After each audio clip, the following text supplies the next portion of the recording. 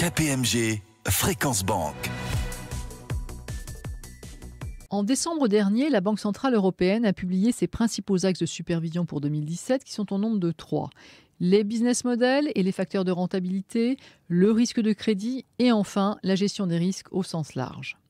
La BCE a également publié le 15 décembre les résultats de son deuxième exercice de surveillance et d'évaluation prudentielle, mieux connu sous le nom de SREP. Et elle a émis, dans la foulée du SREP, ses recommandations relatives aux distributions 2017 de dividendes et aux rémunérations variables.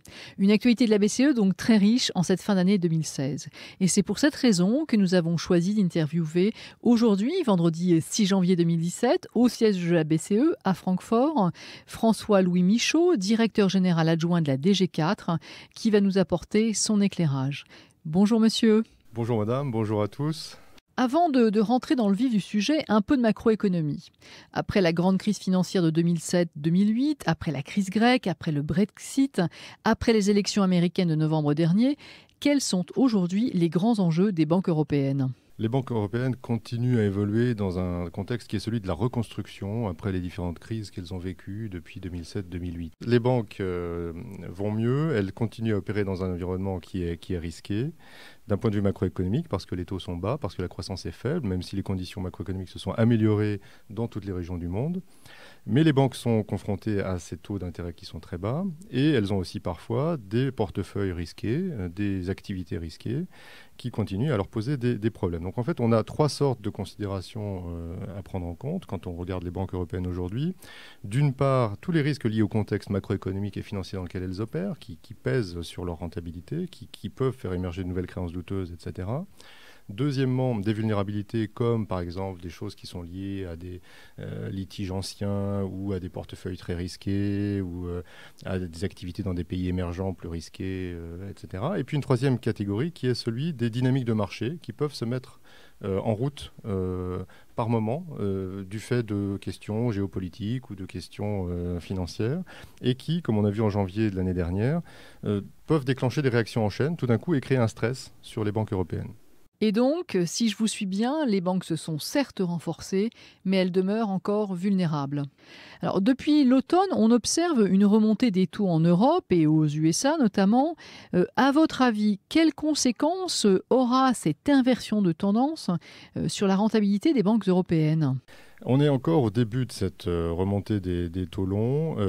Pour le moment, la remontée est graduelle. Donc on a plutôt tendance à penser que cette repentification de la courbe est positive. Les banques se sont plaintes depuis un certain nombre de trimestres d'une courbe de taux trop plate, durablement plate, qui leur posait un problème de marge de taux d'intérêt. On voit une repentification de la courbe, c'est plutôt bon pour leur activité si ça se fait de manière ordonnée. La crainte qui pourrait émerger est évidemment celle d'une remontée très forte, une repentification très forte de la courbe qui remet en cause tout un certain nombre d'hypothèses de modélisation du risque de taux par les banques et qui soit une sorte de choc sur leur gestion du risque de taux. Mais d'une manière générale, pour le moment, cette repentification est plutôt une bonne nouvelle. Une remontée des taux qu'il faudra donc surveiller. Je l'ai dit il y a quelques instants en introduction à cette interview, le premier axe de supervision de la BCE pour 2017 concerne les business models et les facteurs de rentabilité. Alors, en quoi cela va-t-il consister et est-ce dans la continuité des travaux entrepris par la BCE l'an dernier ? C'est en effet un effort de long terme. La principale préoccupation, la BCE a communiqué sur le sujet très fréquemment, c'est celui de la profitabilité des banques de la zone euro.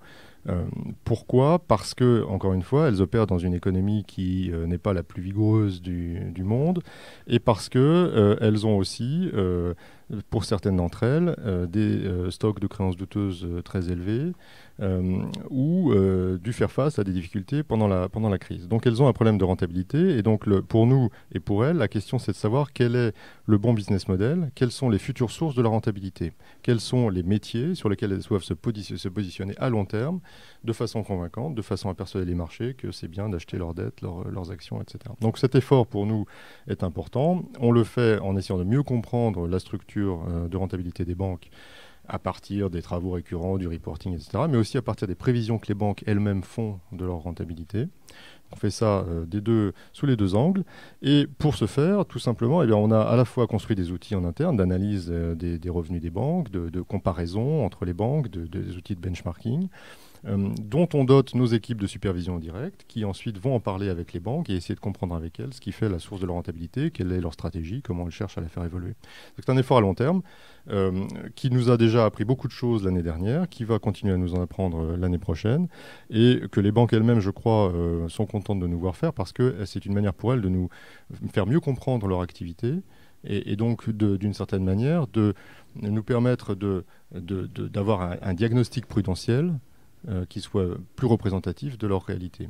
Un effort de transparence et de pédagogie de la part des banques. La seconde priorité de la BCE porte sur le risque de crédit. Les banques françaises sont-elles concernées par le risque de crédit ?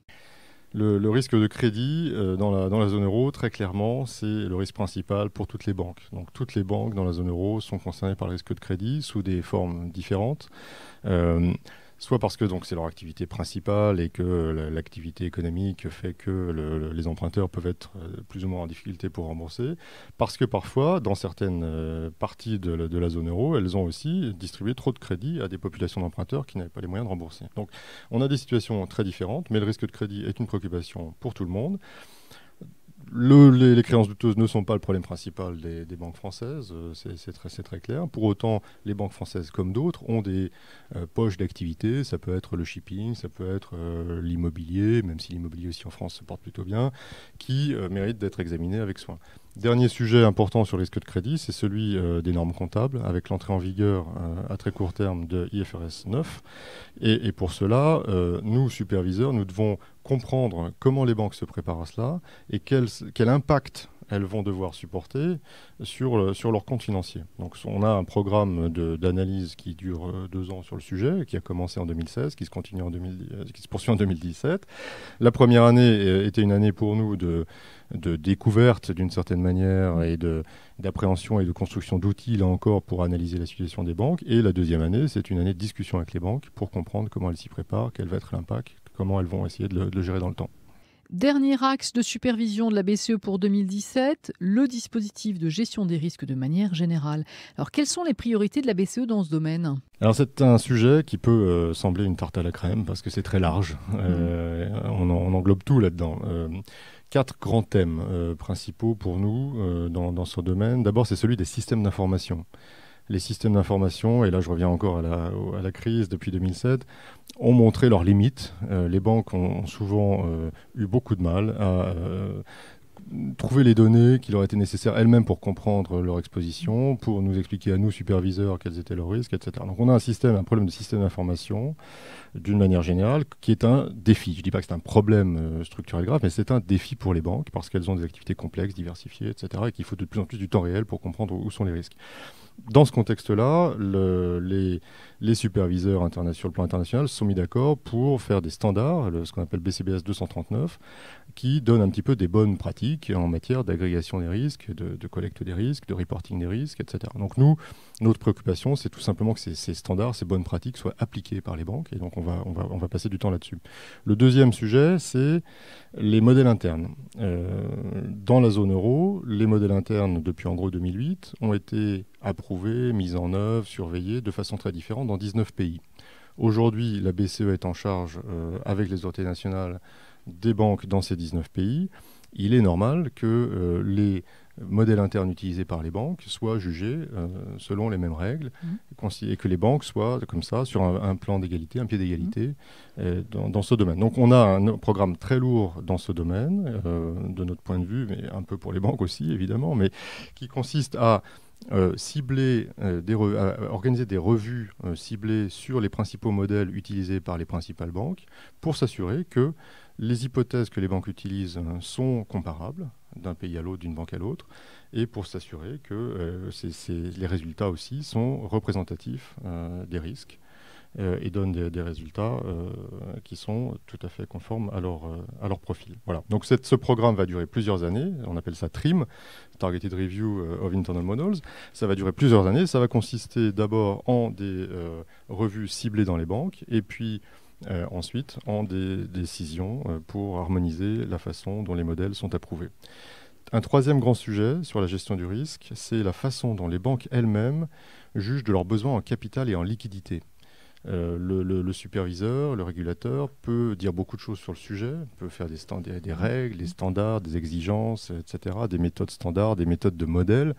Mais en fin de compte, ce qui est pour nous peut-être encore plus important, c'est la façon, le jugement que les banques elles-mêmes portent sur leur activité. Ce sont elles qui se gèrent, ce sont elles qui doivent déterminer ce dont elles ont besoin en matière de capital, en liquidité. Pour ça, il faut qu'elles aient des approches sophistiquées suffisamment. C'est elles qui connaissent le mieux. Qui connaissent le mieux leurs risques. Nous sommes là d'une certaine manière en deuxième ligne, mais ce sont elles qui doivent dire quel est leur bon niveau de capital, quels sont leurs actifs liquides nécessaires, etc. Et donc là-dessus, on va demander aux banques de se renforcer. Certaines sont avancées, d'autres moins. Et donc on va travailler là-dessus avec elles. On avait publié une recommandation en début d'année dernière qui va être mise à jour cette année. Et petit à petit, on part de situations très différentes d'un pays à l'autre. Donc petit à petit, on souhaite que les banques convergent, évoluent et se renforcent pour mieux gérer ces questions-là. Et un dernier sujet qui nous intéresse. Quatrième priorité, ça commence à faire beaucoup. Ce sont tous les risques liés à l'outsourcing, la sous-traitance, le recours à des prestataires externes. C'est quelque chose qui est à la fois une opportunité pour les banques, dans le contexte de rentabilité dont on parlait précédemment, mais qui peut aussi générer de nouveaux risques. Il faut que les banques, si elles externalisent des fonctions critiques, puissent garder quand même la maîtrise de ces risques. Il faut que nous-mêmes, superviseurs, nous puissions aussi aller voir les sous-traitants, par exemple, pour voir dans quelles conditions ces activités sont effectuées pour la banque. Donc voilà. Et là encore, le panorama est assez varié d'un pays à l'autre dans la zone euro. Certaines juridictions ont des règles nationales, d'autres pas. Donc il y a un double effort à faire pour la BCE. D'une part, appliquer le mieux possible les règles nationales qui existent et puis compléter parfois ces règles quand elles n'existent pas pour que toutes les banques soient sur le même pied d'égalité. Des priorités donc très très larges. Alors les exigences en capital, tout autre sujet, les exigences en capital pour les banques directement supervisées par la BCE sont les mêmes qu'en 2016. Le niveau moyen de l'exigence de Common Equity Tier 1 est de 10,1%. Les évolutions observées en 2016 pour les banques concernées sont plutôt liées à l'évolution de leurs risques. Alors est-ce que vous pouvez nous dire quelques mots de ces résultats ?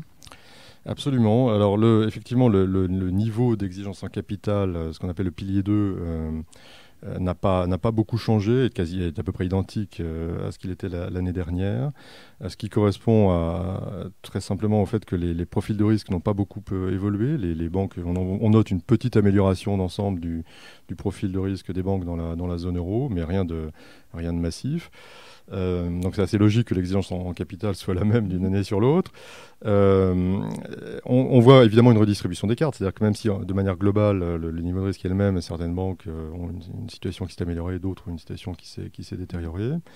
La grande nouveauté de cette année, c'est que notre exigence en capital n'est plus seulement une exigence. On l'a décomposée en une exigence, quelque chose de dur, et une recommandation qu'on appelle Pillar 2 Guidance dans le jargon, qui est quelque chose que la Commission et le BA recommandent, et la Commission travaille à transformer cela en quelque chose de juridiquement très solide dans la revue de la CRD, et qui permet en fait d'avoir une sorte de souplesse supplémentaire qui fait que on n'est pas confronté aussi rapidement à des restrictions de dividendes ou des restrictions sur les bonus ou le paiement de coupons si on se rapproche, si on ne respecte plus ce niveau total. Voilà, donc on a introduit cette guidance qui est quelque chose que l'on demande aux banques de prendre très au sérieux. Pour nous, c'est le fait que le pilier 2 soit maintenant décomposé en une exigence et une guidance ne veut pas dire qu'il y a une partie moins importante que l'autre. C'est quelque chose que l'on a introduit pour éviter des effets, des dommages collatéraux ou des réactions trop rapides dans des situations critiques. Voilà. Mais on demande aux banques de prendre ça très au sérieux. Cette guidance a été calibrée grâce au stress test que la BCE a réalisé avec le BA au printemps et à l'été dernier. C'est le grand apport. Ça nous a permis de voir comment les banques pourraient réagir dans un scénario adverse. Et ça nous a permis de voir quelle était la taille souhaitable de cette guidance. Voilà. Après, la décision SREP, c'est du capital, c'est vrai, c'est important, mais ce n'est pas seulement du capital. Et je crois qu'on peut peut-être aussi s'arrêter là-dessus une seconde. C'est aussi de la liquidité. Les banques ont besoin d'avoir des actifs liquides, des actifs et un profil de liquidité qui leur permettent d'absorber des chocs. Et puis, ça peut être aussi des mesures plus qualitatives. Voilà. Donc, le superviseur prend un ensemble de mesures. Il ne faut pas s'arrêter à ce que les banques peuvent communiquer sur le plan du capital. C'est toujours un ensemble.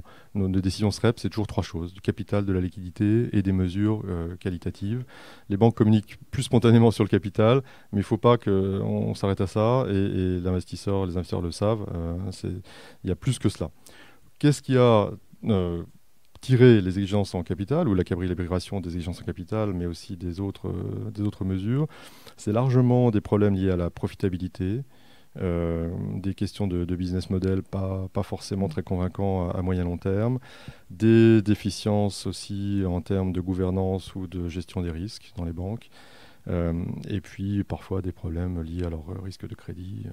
Voilà. C'est les trois grands facteurs qui ont influencé les décisions SREP, qu'il s'agisse de capital, de liquidité ou d'autres mesures. Sur la liquidité, peut-être, un dernier mot.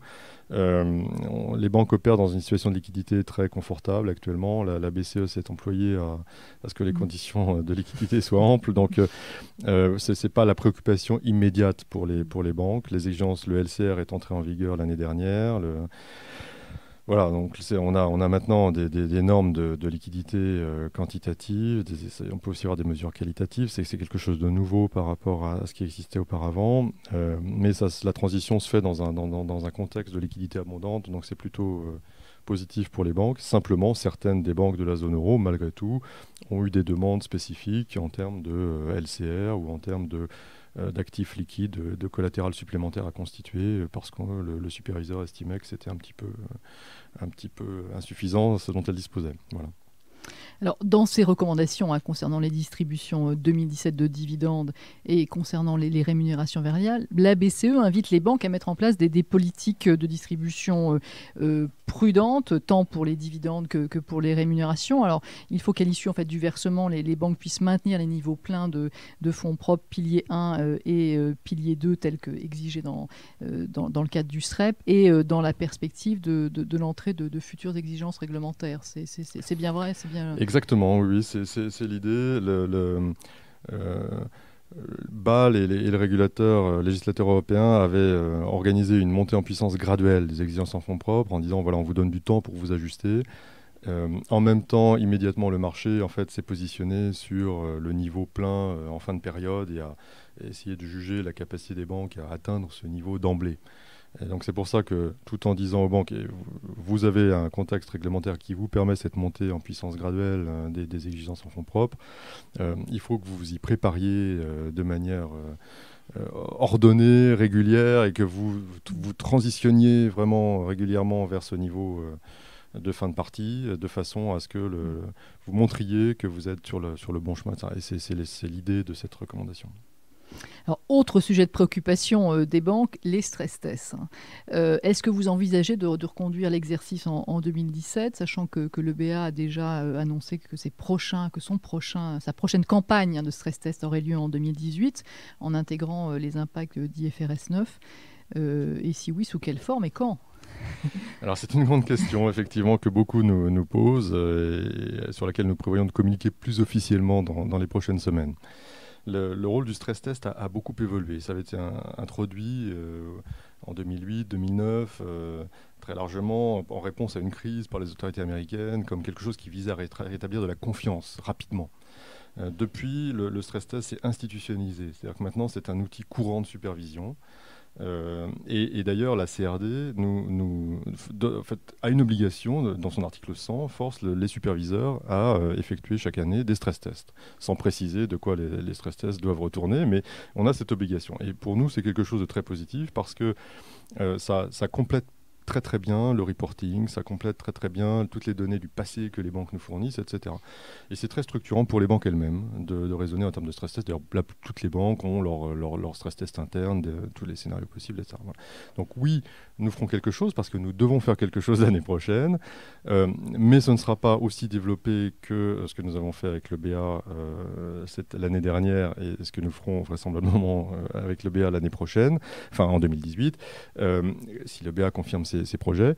Mais il y aura effectivement des travaux autour des stress tests avec les banques, de façon à compléter ce que nous avons appris du stress test l'an dernier, éclairer certains aspects qui n'étaient pas forcément prioritaires dans le stress test, et nous allons là-dessus, nous y travaillons, et ce sera annoncé très, très, très bientôt. Ce sera moins lourd, c'est peut-être la bonne nouvelle pour vos auditeurs, ce sera moins lourd que l'exercice de l'année dernière, parce qu'on n'est justement pas dans une année où on fait ça avec le BA. Voilà. C'est la 4e année, enfin c'est la 4e campagne on va dire, hein. Donc no stress sans mauvais jeu de mots.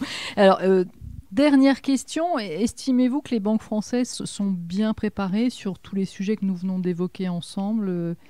Avez-vous un message à adresser aux banques françaises les banques françaises, le grand intérêt du mécanisme de surveillance unique, du SSM, c'est de nous donner une vision beaucoup plus large. C'est-à-dire qu'auparavant, le superviseur français pouvait regarder les 5 grandes banques ou faire des groupes pour les plus petites banques, mais avec quand même peu de comparaisons possibles. Maintenant, nous avons, avec le SSM, la possibilité de faire de multiples comparaisons. Et même si la dimension nationale est importante, ce qui nous intéresse plus maintenant, c'est des questions de business model et de modèle d'affaires. Est-ce que des activités qui sont réalisées dans un marché sont réalisées dans les conditions comparables dans un autre marché? Donc on a plus un raisonnement par groupe de pairs, etc., que par pays, même si on prend aussi les pays en compte. C'est quelque chose qui est important. On est en Europe. On est en Europe, voilà. C'est le message qu'on essaye de faire passer. Donc on communique assez peu, ou même pas du tout, en général, pays par pays. Maintenant, il est clair aussi que certains systèmes bancaires dans le SSM ont plus de problèmes que d'autres. Et le système bancaire français, le stress test l'a montré l'été dernier, n'était pas le système bancaire le plus problématique, tant s'en faut. Pour autant, même les banques les plus solides sont face à des défis importants. On l'a dit tout à l'heure. La question de leur profitabilité à moyen long terme, la question de quelles sont les activités sur lesquelles elles veulent se positionner durablement et sur lesquelles elles espèrent convaincre les marchés de leur projet. D'autre part, il y a la question de l'efficacité opérationnelle. Beaucoup de banques ont une structure de coûts qui reste très élevée dans la zone euro. Et ça, c'est indépendant du pays ou du groupe de pairs. On voit ça, quel que soit le type d'activité, quel que soit le pays. Mais ce qu'on voit aussi, c'est que ceux qui réussissent le mieux durablement sont toujours ceux qui ont un ratio de coût rapporté au revenu qui est le plus bas. Donc là, je pense que toutes les banques, quel que soit le pays, ont des efforts à faire, peuvent faire des efforts et doivent continuer à se transformer sans prendre plus de risques pour l'exercice de leurs activités, mais en les rendant de manière plus efficace. Il y a un potentiel d'amélioration là-dessus.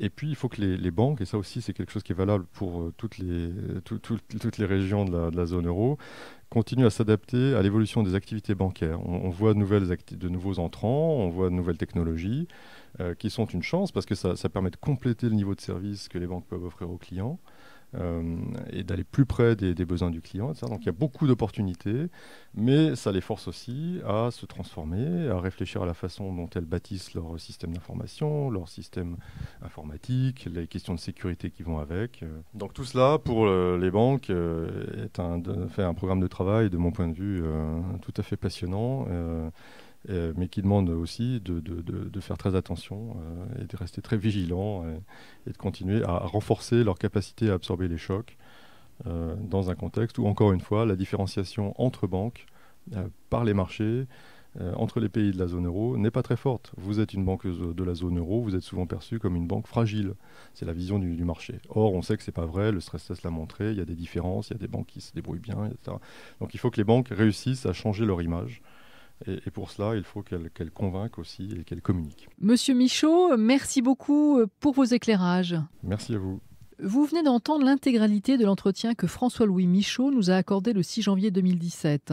Si vous souhaitez écouter notre émission KPMG Fréquence Banque, une émission qui fait le tour chaque trimestre de l'actualité réglementaire bancaire, rendez-vous sur la page de Radio KPMG sur kpmg.fr. KPMG Fréquence Banque.